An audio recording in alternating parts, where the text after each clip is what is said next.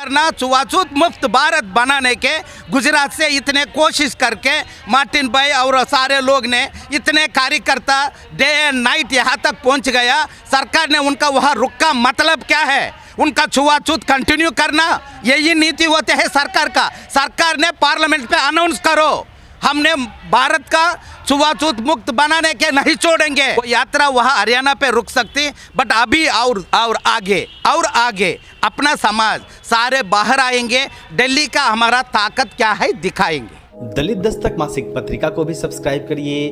Subscription का सारा detail description में देख सकते हैं।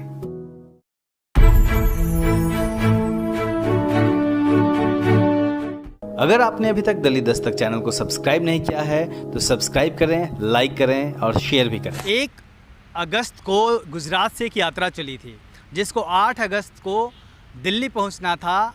मांग यह थी कि जो आज़ादी के 75 साल हो गए हैं, इसके बावजूद भी देश में जो एक बड़ा तबका छुआछूत झेल रहा है और इस जाति के आधार पर तमाम प्रताड़नाएं झेल रहा है, आखिर देश उसकी बात क्यों नहीं करता? जब देश के प्रधानमंत्री घोषणा करते हैं कि हम आज़ादी का अमृत महोत्सव मनाएंगे आज़ादी के 75 साल होने पे, उस वक्त में वंचित तबके के लोगों ने यह सवाल उठाया कि हमारी जो मूल समस्या है छुआछूत की, जिससे हमारी पीढ़ियां प्रताड़ित होती रही है, आखिर उसके बारे में बात कब होगी और छुआछूत मुक्त भारत कब बनेगा, उसके बारे में बात क्यों नहीं हो रही है। लेकिन जैसे ही 7 तारीख की शाम को वह आंदोलन, वह यात्रा दिल्ली के बॉर्डर पर पहुंचता है, उसको रोक दिया जाता है और अभी भी उस यात्रा को वहीं रोक दिया गया है ताकि एक बड़े सवाल को दिल्ली आने से रोका जा सके, एक बड़े सवाल पे बातचीत ना हो सके। तमाम लोग बॉर्डर पे बैठे हुए हैं उस जो आंदोलन के साथ, उस यात्रा के साथ आए थे, जबकि उनका एक धड़ा यहाँ अंबेडकर भवन में है, दिल्ली के अंबेडकर भवन में, क्योंकि जो कार्यक्रम था वो यहीं प्रस्तावित था कि वह आंदोलन, वो यात्रा यहाँ आएगी और मिलकर एक सामूहिक बड़ा आंदोलन होगा। आखिर सरकार क्यों नहीं चाहती है कि वो यात्रा दिल्ली पहुँचे और सरकार को क्या डर है? हमारे साथ तमाम लोग जो उस यात्रा से, आंदोलन से जुड़े हुए हैं, जिसमें देश के तमाम अलग अलग राज्यों में, हिस्सों में जो दलित आदिवासी समाज के लिए काम करने वाले लोग हैं वो हैं। कुलदीप जी, आप लोग उस यात्रा से जुड़े हुए हैं, क्या हुआ? क्या आप लोग चाहते थे और क्या हुआ? देखिए, हमारी पूरी यात्रा का कारवा 7 तारीख को 8 को इस अम्बेडकर भवन में पहुंचना था, लेकिन 7 तारीख को शाम 8 बजे जैसे ही हरियाणा बॉर्डर पे आए, हमारी पूरी टीम को रोक लिया गया, जबकि कोई नहीं बताया गया। और फिर रात में 8 बजे हरियाणा बॉर्डर रोका जाता है। तमाम जद्दोजहद के बाद हमारे लोग, क्योंकि हम कोई इस तरीके का प्रदर्शन नहीं कर रहे थे, हम बड़े शांतिपूर्ण तरीके से अम्बेडकर भवन की तरफ आ रहे थे, क्योंकि यहाँ पे हमारा एक कार्यक्रम था। पूरी यात्रा को वहाँ रोका गया। रात में महिलाएं हमारे साथ थीं, बच्चियां हमारे साथ थीं, तमाम लोग, और हमारे साथ 21 लाख 1-1 रुपए के सिक्के और बड़ा सिक्का जो 10,000 किलो के ऊपर का था, उसको लेकर के हम लोग वहाँ पे भी बैठ गए, वहीं सभा शुरू करी। फिर पुलिस ने बोला ठीक है आप गाड़ी में बैठ जाइए। तो हमने कहा कि देखिए, जो हमारे लीडर हैं मार्टिन मकवान जी, उन्होंने वहाँ बोला कि हम जब निकले थे तभी हमने बोला था कि हम दिल्ली जा रहे हैं और ये सिक्का देंगे और 24 घंटे के लिए हम वहाँ रुकेंगे। अगर 24 घंटे में हमारे साथ कोई कम्युनिकेशन नहीं होता है तो हम वापस अपने यहाँ पे लौट जाएंगे और हम समझेंगे कि देश की सरकार छुआछूत के मुद्दे को बात नहीं करना चाहती है और एक तरीके से ये दलितों का अपमान है। तो जब वहाँ पे रोका गया, उसके बाद हम लोग आगे को बढ़े तो शाहजहाँपुर बॉर्डर पे पूरी तरीके से बैरिकेड कर दिया गया और अभी भी हमारे साथी वहीं पे हाईवे के किनारे बैठे हुए हैं। हाँ, मोरे साहब, आप बताइए योजना क्या थी आप लोगों की? दिल्ली में आके क्या करना चाहते थे आप लोग? दिल्ली में यहाँ 8 अगस्त को हमने ये आयोजन किया था कि जो 1000 किलो का जो पीतल का सिक्का बनाया हुआ है, जिस पर स्पष्ट लिखा है कि 1947 में जो छुआछूत मुक्त भारत का सपना देखा था, क्या वो 2047 में साकार होगा? यही सवाल महत्वपूर्ण है। आज हम आज़ादी के 75वें साल मना रहे उसी के लिए, क्योंकि 75 साल में छुआछूत के संदर्भ में हमारे देश में क्या हुआ है, छुआछूत बढ़ी है या कम हुई है। हमें देखने को मिलता है कि आज भी हर क्षण के लिए छुआछूत बरकरार है।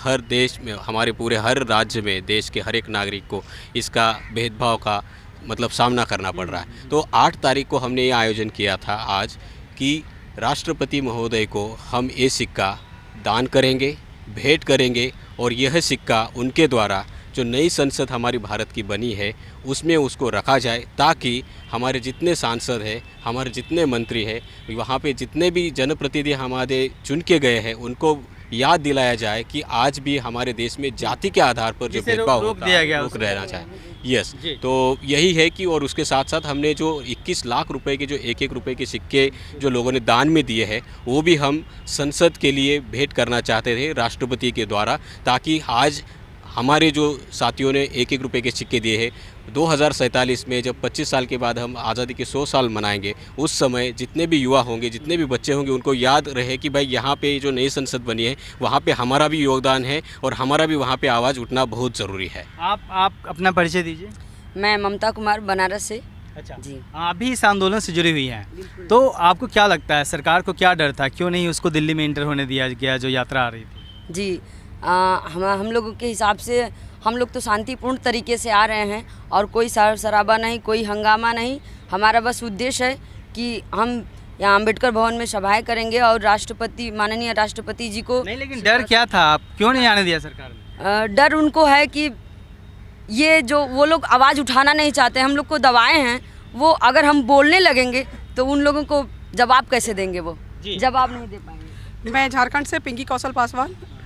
देखिए, हमारा जो कारवा आ रहा था वो शांतिपूर्वक ही आ रहा था, लेकिन उन्हें शायद कहीं ना कहीं कोई डर होगा या कहिए कि उनकी सोच होगी, जो भी कह लिया जाए, कि अगर ये लोग जाग गए हैं तो बहुत आगे बढ़ रहे हैं या जो भी है अपने हक के लिए लड़ रहे हैं, तो इनको यहीं पे क्यों ना रोक दिया जाए। अगर हम इनके कार्य में अड़चन डालेंगे तो ये लोग अपना कार्य सफल, हमारा जो हक है उसे लेने के लिए तो आ सकते हैं। अगर वो हमें आप अधिकार के साथ नहीं देंगे तो हम तो छीन लेंगे ना। तो शायद उन्हें ये भी डर था कि कहीं क्या चाहिए आप लोगों को जो नहीं मिला है आज़ादी के 75 साल बाद भी? हम लोगों को आज भी जो ये छुआछूत है, जातिवाद है, ये सब जो है ख़त्म होना चाहिए। ये हम लोगों को बिल्कुल नहीं चाहिए, समानता मिलनी चाहिए हमें भी। हमारे साथ एक बुजुर्ग भी हैं, आपका नाम क्या है? मेरा नाम जयनारायण कोल है। आपकी उम्र कितनी है? हमारी उम्र इस समय 72वां चल रहा है, अक्टूबर में 72 हो जाएगा। मतलब हम ये कह सकते हैं कि देश को बनते हुए आपने करीब से देखा है। तो देश को आप कैसे देखते हैं, जो आपकी एक उम्र रही होगी 15-16 साल, जब से आपने समाज को, देश को समझना शुरू किया और आज के वक्त में जब आप इस उम्र में पहुँचे हैं, इस जो समाज है अपना दलित आदिवासी समाज, उसकी ज़िंदगी कितनी बदली है? नहीं, बदली तो खैर है, बहुत है। शिक्षा का अधिकार मिल गया है और तमाम तरह की जो विसंगतियाँ रहा करती थी, जितना रहा उतना तो कम तो हुआ है। लेकिन जो सबसे बड़ी बात जिसके लिए यहाँ पर आयोजन किया गया है, छुआछूत वाला वह कहीं न कहीं, चाहे जितना बड़ा अधिकारी है, चाहे जो कि उसको नाम पूछते हैं, क्या नाम है, अगर सीधा नाम बता दिया, आगे पूछते हैं, आगे का मतलब क्या हुआ कि जात मरे, वो उसमें लगाते, टाइटल लगाते। लेकिन वो समझते हैं कि हाँ, ये जब जहाँ कोई टाइटल नहीं है तो समझते हैं कि ये शूद्र ही है, तो वो तुरंत उसकी निगाह बदल जाती है। तो ये समझना चाहिए। और बाकी और तो बहुत कुछ बढ़ा, बहुत कुछ सारी बातें हैं, सारी सब ठीक है। लेकिन अब ये जगह शांतिपूर्ण आंदोलन कोई नहीं, मांग है, अपनी गर्ज मैं कह रहा हूँ। तमाम तरह के आप संशोधन किए, तमाम तरह की विसंगतियाँ दूर किया, तो इसको दूर करने के लिए आप प्रयास करते। उनकी बातें सुनते तो कम से कम उसको रोक दिया। इससे कितना गलत संदेश जाएगा पूरे भारतवर्ष में जितने भी दलित आदिवासी समाज के हैं। और दूसरी बात, मैं तो विशेष कर से कि उत्तर प्रदेश के हम आदिवासी हैं कोल, और हर एक राज्यों में कोल को जनजाति का दर्जा दिया गया है, लेकिन उत्तर प्रदेश में जनजाति का दर्जा नहीं मिला है। जबकि ये एमपी है, एमपी से एक कदम रखा तो वहाँ पर जनजाति, इधर रखा तो इधर अनुसूचित जाति। ये आपकी एक बड़ी समस्या है उत्तर प्रदेश में। जी, उस और पे अलग से बात करते हैं। अच्छा। जी, ना ऐसा है ना कि मैंने सोचा कि हमारे आदिवासी हैं, राष्ट्रपति हैं, बड़े सौभाग्य की बात, वहाँ सब जाएंगे लोग, तो हम अपन ये देखिए फाइल जो पूरा लिए के रखे हुए हैं उनके सामने पेश करता, शायद ये समस्या दूर हो जाती। लेकिन मेरा दुर्भाग्य कहें कि क्या कहें, लेकिन कुछ हो नहीं पाया। जी। ये जो गुजरात से यात्रा चली थी छुआछूत मुक्त भारत को लेके, उसको दिल्ली के बॉर्डर पे रोक दिया गया है। सरकार डर गई है क्या? It is undemocratic. वो क्या कर रहा है? छुआछूत बंद करना सरकार का तैयार नहीं है क्या? उनका क्यों रुकते हैं? मतलब छुआछूत खत्म करना, छुआछूत मुक्त भारत बनाने के गुजरात से इतने कोशिश करके मार्टिन भाई और सारे लोग ने, इतने कार्यकर्ता डे एंड नाइट यहाँ तक पहुँच गया। सरकार ने उनका वहाँ रुका, मतलब क्या है? उनका छुआछूत कंटिन्यू करना, यही नीति होते है सरकार का। सरकार ने पार्लियामेंट पे अनाउंस करो, हमने भारत का छुआछूत मुक्त बनाने के नहीं छोड़ेंगे। हमारा पता है कैसे मुक्त बनाना। ये छोड़ के राजनीति से अब ड्रामा करके ये नहीं चला सकती हमेशा। अमेरिका हमेशा बेवकूफ़ बनाना अगर आप सोच रहा है कोई भी होगा, ये नहीं चलेगा। वो यात्रा वहाँ हरियाणा पे रुक सकती, बट अभी और आगे अपना समाज सारे बाहर आएंगे। दिल्ली का हमारा ताकत क्या है दिखाएंगे। कुलदीप जी, एक बार फिर से आप आइए, ये तो आप लोग की आगे की रणनीति क्या होगी जिस तरीके से रुक गए? मार्टिन भाई ने कल ही अनाउंस किया था कि हम 24 घंटे दिल्ली में रुकेंगे।